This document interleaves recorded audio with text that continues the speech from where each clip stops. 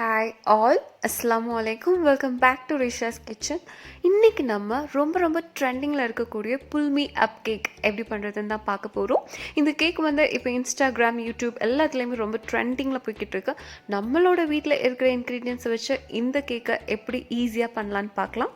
அதுக்கு முன்னாடி நீங்கள் இது வரைக்கும் என்னுடைய சேனல் சப்ஸ்கிரைப் பண்ணல அப்படின்னா சப்ஸ்கிரைப் பண்ணிடுங்க. கூடவே பெல் ஐக்கன் கிளிக் பண்ணிடுங்க. ஃபஸ்ட்டு நம்ம கேக்கோட பேஸ் ரெடி பண்ணிக்கணும். நான் இங்கே 250 ml கப்பில் 1 கப் ஃபுல்லாக மைதா மாவை எடுத்திருந்தேன். அதில் 2 டேபிள் ஸ்பூன் மைதா மாவு மட்டும் நான் எடுத்துடுறேன். ஏன்னா இந்த 2 டேபிள் ஸ்பூனுக்கு பதிலாக நம்ம 2 table spoon cocoa powder add பண்ண போகிறோம். நான் இங்கே எடுத்துருக்கிற cocoa powder dark cocoa powder தான் எடுத்திருக்கேன். நீங்கள் நார்மல் கொக்கோ பவுடர் கூட யூஸ் பண்ணிக்கலாம். ஆனால் சாக்லேட் கேக்குக்கு அந்த டார்க் கலர் இருந்தால் நல்லாயிருக்கும் அப்படிங்கிறதுனால நான் இதை எடுத்திருக்கேன். இதில் 1 டேபிள் ஸ்பூன் மில்க் பவுடர், பால் பொடி தான் ஆட் பண்ணிக்கோங்க. இதை ஆட் பண்ணுறதுனால நம்மளோட கேக் நல்லா ஃப்ளஃபியாகவும் ஸ்பஞ்சியாகவும் வரும். கேக்கை பொறுத்தவரை மெஷர்மெண்ட் ரொம்ப முக்கியம். நான் இங்கே 1 teaspoon baking powder, 1/4 teaspoon baking soda, கொஞ்சோண்டு சால்ட், நான் இங்கே 1 பிஞ்ச் சால்ட் தான் ஆட் பண்ணியிருக்கேன். இது நல்லா நம்ம சலிச்சு எடுத்துக்க போகிறோம். நான் 3 தடவை சலிச்சு எடுத்துக்கிட்டேன் ட்ரை இன்க்ரீடியண்ட்டாக. அப்போ தான் நம்மளோட கேக் நல்லா சாஃப்ட் அண்ட் ஃப்ளஃபியாக வரும். இது நல்லா மிக்ஸ் பண்ணி கொடுத்துக்கோங்க. இப்போ நம்மளோட கேக்கோட ட்ரை இன்க்ரீடியன்ட் ரெடி ஆகிடுச்சு. கேக்கை பொறுத்தவரை மெஷர்மெண்ட் தான் ரொம்ப முக்கியம். இப்போ நம்மளோட வெட் இன்க்ரீடியன்ட் ரெடி பண்ணிடலாம். நான் இங்கே ஒரு மிக்சிங் பவுலில் 4 ரூம் டெம்பரேச்சரில் இருக்கக்கூடிய எக்கை பீட் பண்ணி எடுத்துக்க போகிறேன். ஆனால் நான் மொத்தமாக ஆட் பண்ண போகிறது கிடையாது, ஒன்று தான் ஆட் பண்ணிக்க போகிறேன். ஃபர்ஸ்ட் எக் பீட் பண்ணும்போது ஸ்பீடை 1ல் வச்சுட்டு நான் லைட்டாக பீட் பண்ணி எடுத்துக்கிறேன். அது ஓரளவு பீட் ஆனதுக்கப்புறமா நான் செகண்ட் எக் ஆட் பண்ணிக்க போகிறேன். இது நல்லா மெல்ட் ஆகி நல்லா பீட் ஆனதுக்கப்புறமா இந்த மாதிரி நுர தள்ளி வரும். அந்த டைம் நம்ம செகண்ட் எக் ஆட் பண்ணிக்கலாம். இதே மாதிரி நம்ம தேர்ட் எக், 4 எக் அப்படி ஆட் பண்ணி நல்லா ஃப்ளஃபியாக பீட் பண்ணி எடுத்துக்கோங்க. இது நல்லா ஃபோமிங் டெக்ஸ்டரில் நமக்கு வரும். அதுக்கப்புறம் நம்ம சுகர் ஆட் பண்ணணும். நான் இங்கே 1/2 கப் சுகரை நல்லா பவுடர் பண்ணி இதில் ஆட் பண்ணியிருக்கேன்.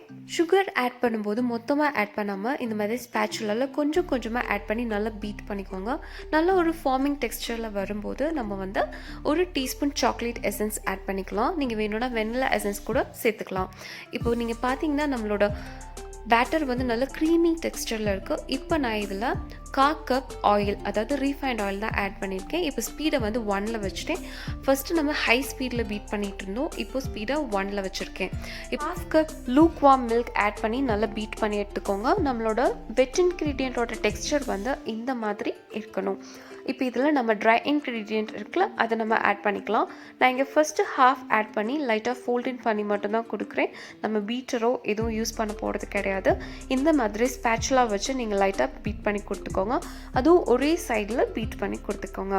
இப்போ செகண்ட் ஹாஃப் ஆட் பண்ணி பீட் பண்ணதுக்கப்புறமா நம்மளோட பேட்டரோட டெக்ஸ்டர் இந்த மாதிரி இருக்கும். நான் இங்கே 2 5 இன்ச் ட்ரே தான் எடுத்திருக்கேன். அதில் ஆயில் க்ரீஸ் பண்ணி பட்டர் பேப்பரால் கவர் பண்ணி வச்சுருந்தேன். இப்போ இதில் தான் நம்மளோட கேக் பேட்டரை ஆட் பண்ண போகிறோம். நீங்கள் ஃபுல்லாக ஃபில் பண்ணாதீங்க, ஹாஃப் ஃபில் பண்ணால் மட்டும் போதும். கேக் பேக் ஆகி வரும்போது நமக்கு ஃபுல்லாக வந்துடும். இப்போ நான் ஏற்கனவே நம்மளோட அவனை 180 டிகிரி செல்சியஸில் 10 மினிட்ஸ் ப்ரீ ஹீட் பண்ணி வச்சுருந்தேன். குக்கரில் பண்ணுறதா இருந்தாலும் எப்படி பண்ணுறது அப்படிங்கிற வீடியோ நான் ஏற்கனவே அப்லோட் பண்ணியிருக்கேன், அதை செக் பண்ணிக்கோங்க. இப்போ இதை லைட்டாக டேப் பண்ணிவிட்டு நம்ம அவனில் வச்சிடலாம். அவனில் வச்சதுக்கப்புறம் 180 டிகிரி செல்சியஸில் 25 to 30 மினிட்ஸில் நம்ம கேக் பேக் ஆகி கிடச்சிரும். 25 மினிட்ஸ் ஆயிடுச்சு. நம்மளோட கேக் நல்லா பேக் ஆகி சாஃப்ட் அண்ட் ஃப்ளஃபியாக கிடச்சிருக்கு.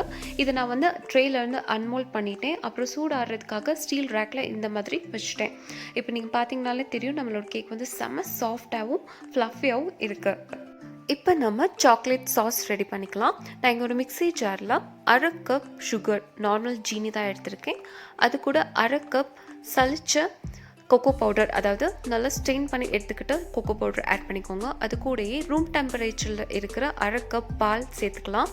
அதோட 1/2 கப் ரீஃபைண்ட் ஆயில் ஆட் பண்ணி இதை நம்ம நல்லா மிக்சியில் போட்டு பிளெண்ட் பண்ணி எடுத்தோம் அப்படின்னா நம்மளோட சாக்லேட் சாஸ் ரெடி. இப்போ நம்மளோட கேக் நல்லா ஆறிடுச்சு. இதை நான் 2 ஹாஃபாக கட் பண்ணி எடுத்துக்க போகிறேன். ஏன்னா நான் 4 லேயர் கேக் பண்ணுறதுனால நான் 2 கேக்கையும் 2 ஹாஃப்ஸாக கட் பண்ணி எடுத்துக்கிறேன். இதை ஷேப் பண்ணுறதுக்காக நீங்கள் எந்த ஷேப்பர்ஸ் வேணாலும் வச்சு நீங்கள் ஷேப் பண்ணி எடுத்துக்கலாம். என்கிட்ட இது தான் இருந்துச்சு, நான் இதை வச்சு ஷேப் பண்ணி எடுத்துக்கிட்டேன் கரெக்டாக அந்த பர்ஃபெக்ட் ரவுண்ட் ஷேப்காக. இப்போ நம்ம விப்பிங் க்ரீம் ரெடி பண்ணிடலாம். நான் விப்பிங் க்ரீம் பண்ணுறதுக்காக மிக்சிங் பவுலையும் பிளெண்டரையும் ஃப்ரீசரில் வச்சு எடுத்துருந்தேன். ஏன்னா சில்னஸோடு பண்ணும்போது நம்மளோட விப்பிங் க்ரீம் வந்து நல்லா ஸ்டேபிளாக கிடைக்கும்.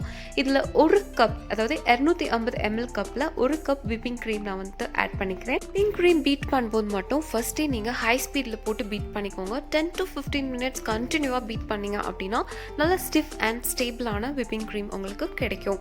இப்போ நான் விப்பிங் க்ரீமுக்கு வந்து கொஞ்சம் சாக்லேட் ஃப்ளேவர் இருந்தால் நல்லாயிருக்கும் அப்படிங்கிறதுக்காக நம்மளோட சாக்லேட் சாஸ்லேருந்து 3 டேபிள் ஸ்பூன் நான் இதில் ஆட் பண்ணிக்கிறேன். இது நல்லா ஹை ஸ்பீட்லேயே நீங்கள் ஒரு 2 minutes பீட் பண்ணிக்கோங்க. இப்போ நம்மளோட விப்பிங் க்ரீம் வந்து பர்ஃபெக்டாக ரெடி ஆயிடுச்சு. இது நீங்கள் ஒரு ஸ்பூனில் எடுத்து கவுத்துனீங்க அப்படின்னா அது கீழே விழுகாது.